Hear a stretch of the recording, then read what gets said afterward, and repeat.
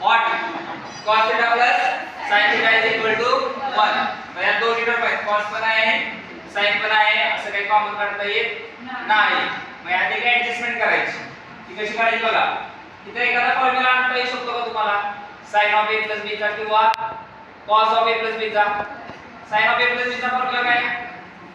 sin a cos b plus cos a sin b किंवा cos of a plus b चा formula काय?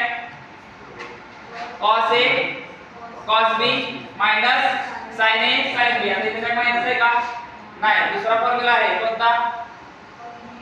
cos a cos b plus sin a sin b. कोणता तरी एक formula आणायचा. पण त्यासाठी काय करावं लागतं? तुम्हाला या चार टर्म तयार झाल्या पाहिजे. म्हणजे इथे एक मल्टिप्लायर पाहिजे, इथे एक मल्टिप्लायर पाहिजे. तो कसा मिळवायचा बघा. याचा कोएफिशिएंट काय? 1. याचा पण काय? 1 + 1 √2 होणार. इथं 2 होणार. काय येणार आहे इथं? √2. √2 ने डिवाइड करायचं आहे. म्हणजे इथे काय येणार? 1/√2 cos theta plus 1/√2 sin theta is equal to काय आलं? इकडे पण 1/√2 झाली की ऍडजस्टमेंट. आता कोणता फॉर्म्युला तुम्हाला योग्य वाटतोय? cos of a plus b करूया का? a minus b येणार आहे. cos मध्ये किती सोपं जाईल, sin मध्ये पण करता येते. आपण कशामध्ये जाऊ? 1/√2 sin 45 ची पण व्हॅल्यू आहे आणि cos 45 ची. मग मी काय करतो इथं cos a हा cos b okay plus sin a आणि हा 1/√2 म्हणजे काय? sin b. b म्हणजे कोणतो? sin 45 इज इक्वल टू काय? काय केलं बघा. हा 1/√2 म्हणजे काय? cos 45 आणि हा 1/√2 म्हणजे काय? sin 45. आणि फॉर्म्युला काय झाला? cos a cos b plus sin a sin b. कुणाचा फॉर्म्युला झाला? cos of a minus b. a काय आहे? थीटा. b काय आहे? b काय आहे? π/4 इज इक्वल टू. आता इकडे पण cos मध्ये टाकूया. इकडे cos असेल तर कंपॅरिझन करायचं आपल्याला. जनरल सोल्युशन मध्ये कंपॅरिझन करायला लागतं ना. cos θ is equal to cos alpha. हे cos च्या कोणत्या अँगलची किंमत आहे? 45 इज इक्वल टू इथे काय येणार? cos π/4.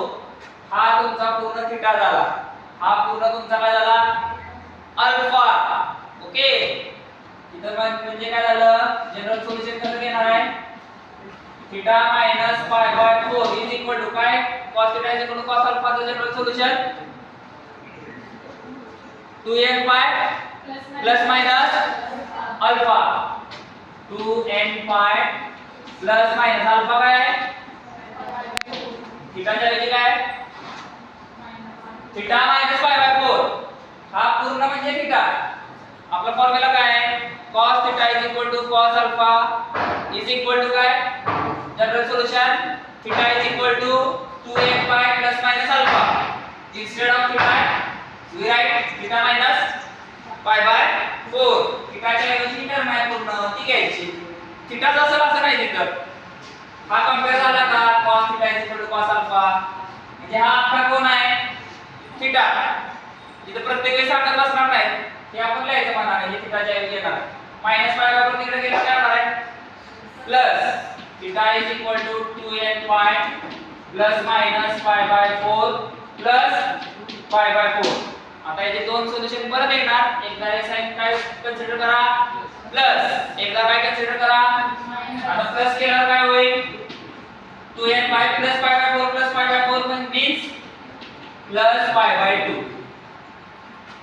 45 प्लस 45 90 और θ is equal to 2nπ minus π/4 plus π/4 cancel is the solution. Okay लक्षात आलं का?